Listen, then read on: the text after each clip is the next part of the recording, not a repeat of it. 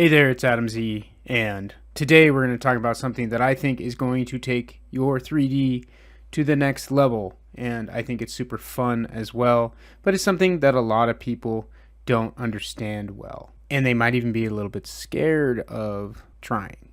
That subject is blueprints.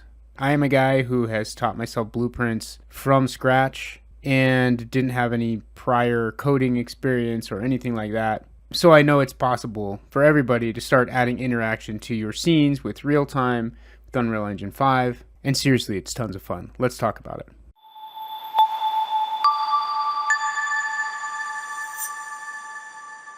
So you've probably seen my most recent project where I've created an interactive walkthrough in Unreal Engine 5, which I think is really cool, and a lot of other people have thought it was cool too.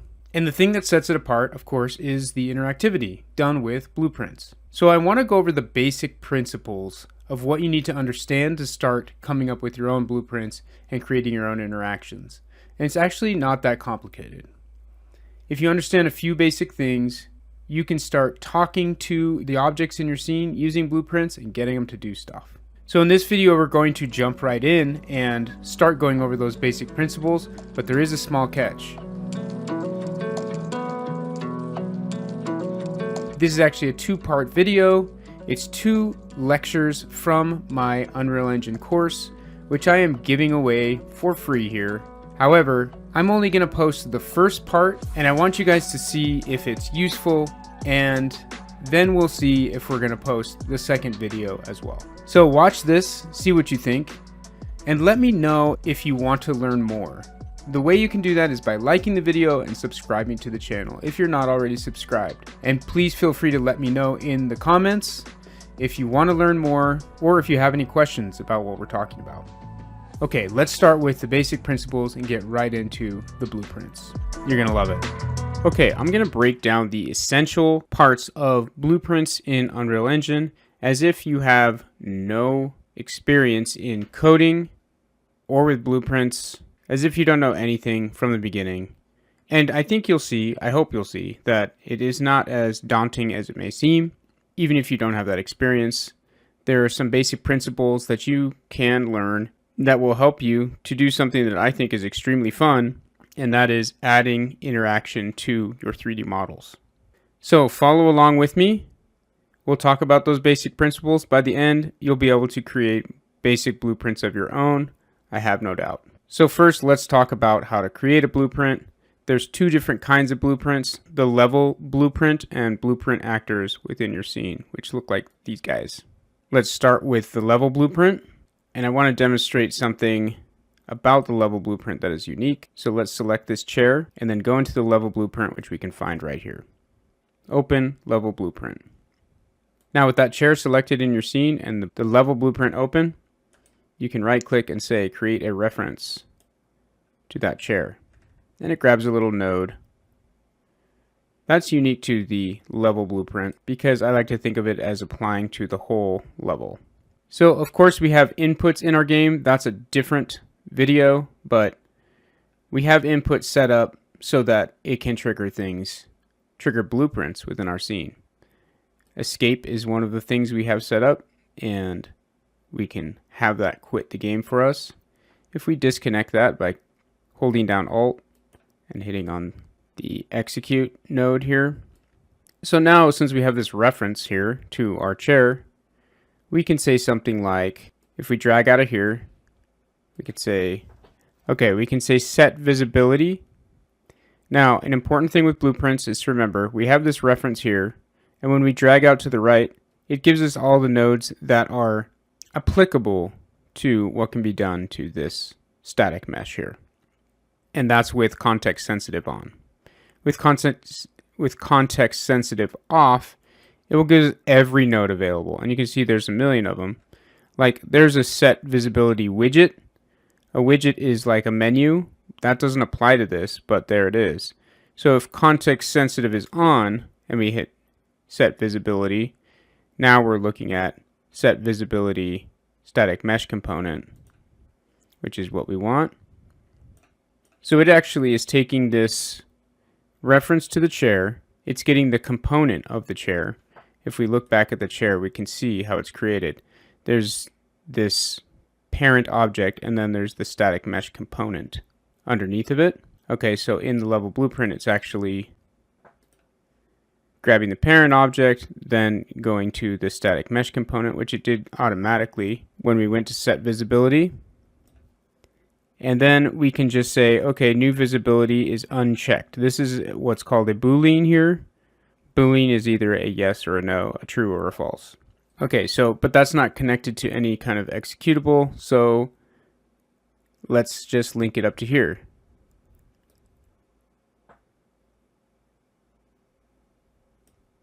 Now what we have is escape triggers something.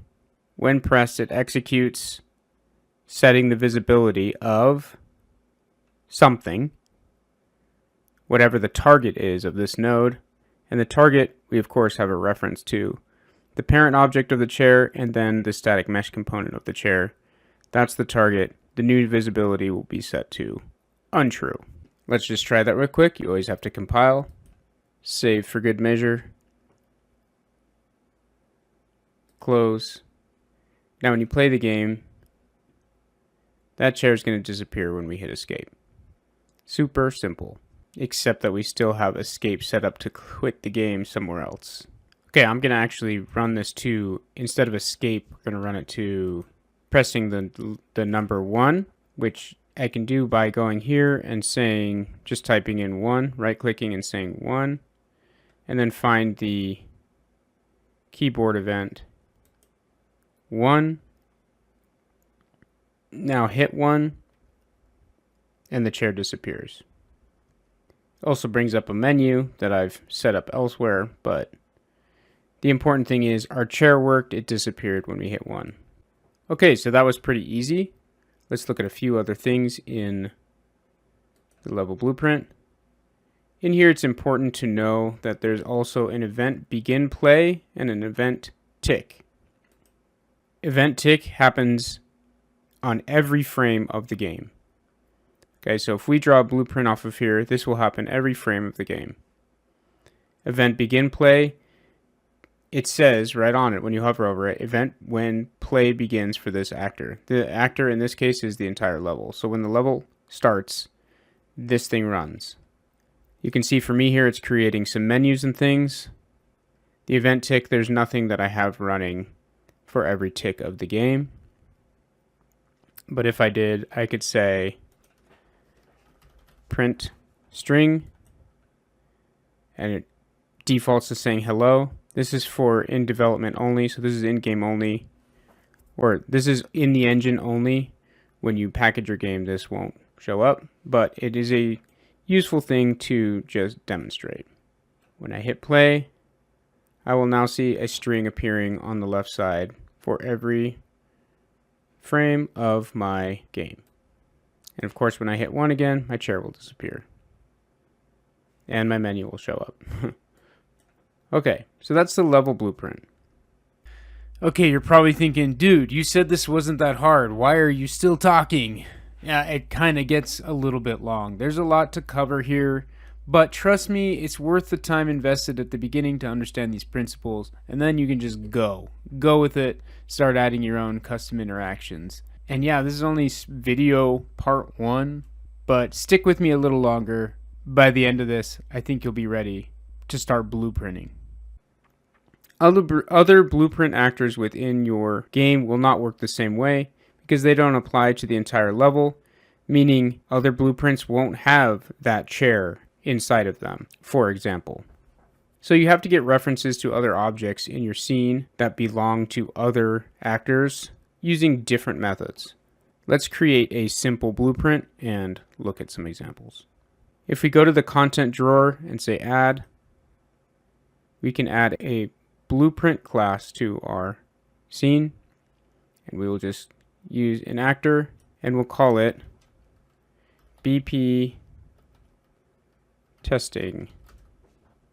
Now, just because we created the blueprint doesn't mean that it's active in your scene. Right now, it's just sitting in our content browser. And as you know, this is a collection of everything that can be in your scene. It doesn't necessarily mean it is in your scene. So we have to drag it into here. We can just set it anywhere. Now we can add actors to this. We can receive inputs with this. We can even turn other objects into blueprints that can then be adjusted, modified. They can receive inputs themselves. So think of blueprints as an interactivity that can be added into your scene or some sort of code functionality. It can be just a blank blueprint, and then you can add meshes or other objects into it like text. Or you can take an object and turn that into a blueprint, and you can add things to that or just add code to that. So those are blueprint actors within your scene. If we select this blueprint and go to edit in blueprint, we'll see again, we have event begin play, we have event actor begin overlap, and we have event tick. Okay, let's look at a few different things we can do here. So with that blueprint, we can add components to it over here, just like other actors in our scene. One thing I like to do is add a collision box.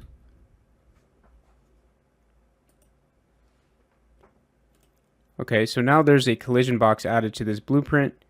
If we look in the viewport tab up here, we can see, okay, there's our blueprint icon, and here's a little box around it now.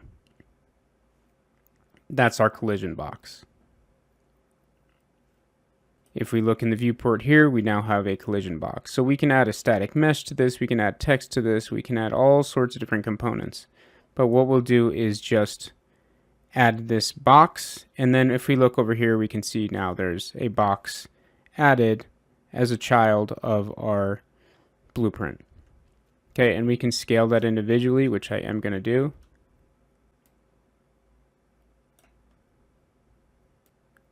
And let's go back into the edit blueprint. Now we can say on that box collision, one way we can do things is by triggering an event by overlapping it, or hitting it, or waking it, or sleeping it, or putting our cursor over it. So a lot of different things, but in game, usually what I use is overlapping it. So on component begin overlap, we can hit plus here, and it creates a new event. And that event is when that box collision gets overlapped. What do we want to do when we overlap that object with our player? I think we should go back to our chair and turn it off again. So instead of hitting 1, we can turn off that chair by overlapping this little blueprint that's sitting in our scene. Let's try that. Okay, but before we look at this next principle and how to reference and grab our chair using variables this time, now is your reminder to, if you are liking this video and if you want to learn the rest of the principles, which I think are essential for blueprinting, now is the time to subscribe to the channel, like this video, and comment down below about any questions you have or any things you would like me to teach. Whatever you want to comment about, please do so now. Thank you. Let's get back into these principles of blueprinting. How would we grab access to that chair? When we drag this out, we're not going to just be able to be like, oh, what was that called? A Sonos chair? That's not going to be in here because we are not in the level blueprint. That Sonos chair does not exist inside of this blueprint realm, so we need to look outside of this blueprint to find it. One way we can do that is by adding a variable. Variables are added here. We can say variable. Okay, and it creates a new variable.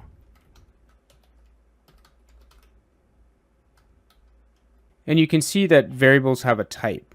This one is a Boolean, a true or a false. That's not going to help us for grabbing our chair. But you can see that these can be any type of object in here. Okay, pretty much anything within Unreal Engine here can be made into a variable. So like if you go into object types, you have all different kinds of objects in here. Okay, the main types of encoding, the main types of variables would be these ones. So you have a Boolean, a true or false value. You have a byte, an 8-bit number. You have an integer, which is an integer number, integer 64. So these are different kinds of numbers, like a float can have a decimal in it. A name, a string is a text string. So when we printed hello to the screen, that was a string of letters. Okay, a vector is 3 numbers, rotators, transforms. Okay, so these are different kinds of numbers, little pieces of information, a true and a false. Okay, those aren't going to really help us here, but the object types will. What kind of object are we talking about here? We're talking about a static mesh actor. That is the class that our chair belongs to. So we can say object reference here.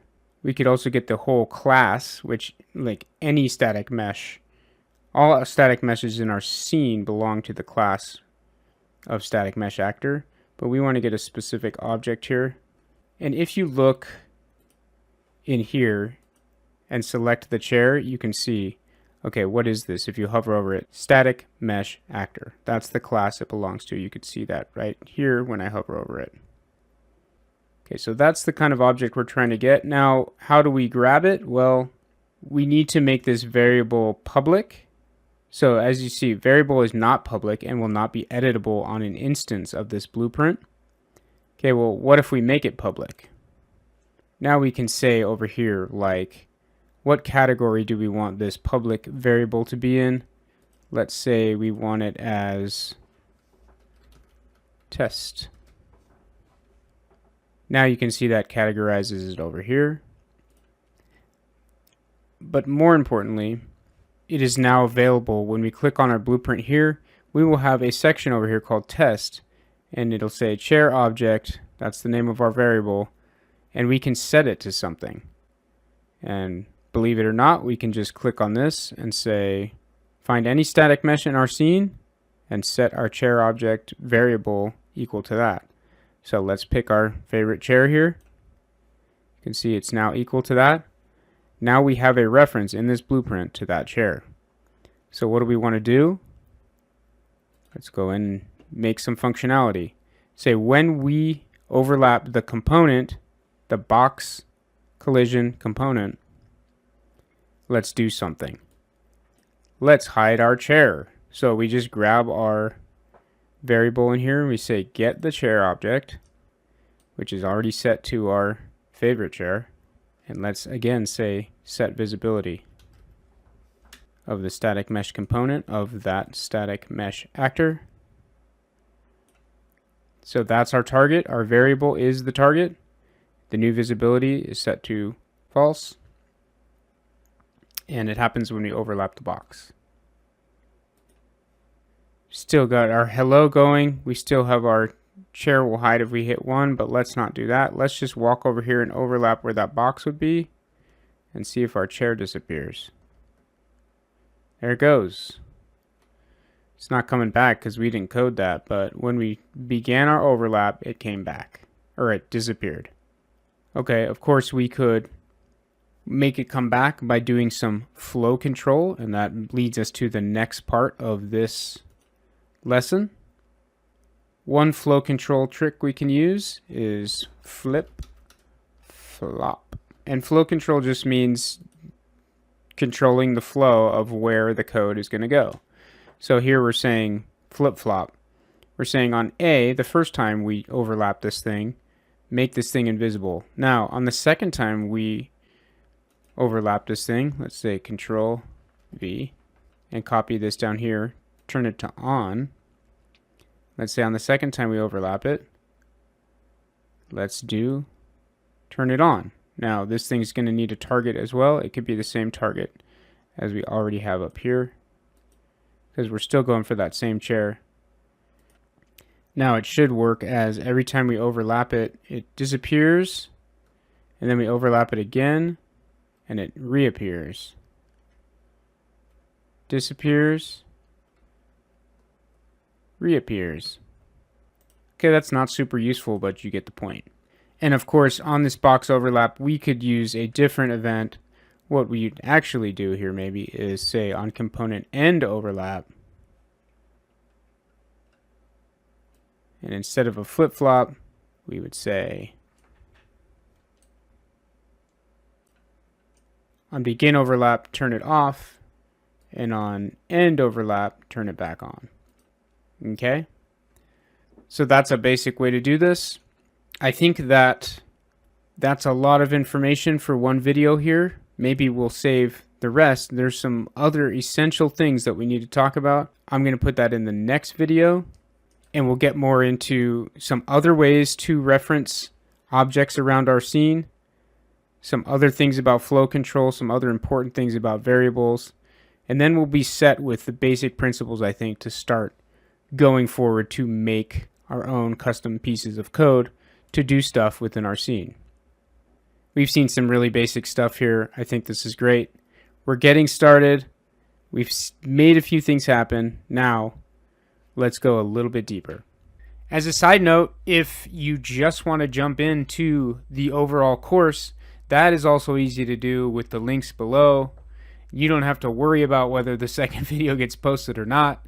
And of course, you get all the other content that goes along with the course. It's usually starting around $10, which, let's be honest, that is a ridiculous price. So check the links below to see what the price is at currently and jump in. Tons of content in there, projects from beginning to end, plus all this blueprinting stuff. It's great. So if you're interested and you really want to learn, check that out. Thank you for watching, and hopefully I will see you soon in the next blueprinting video.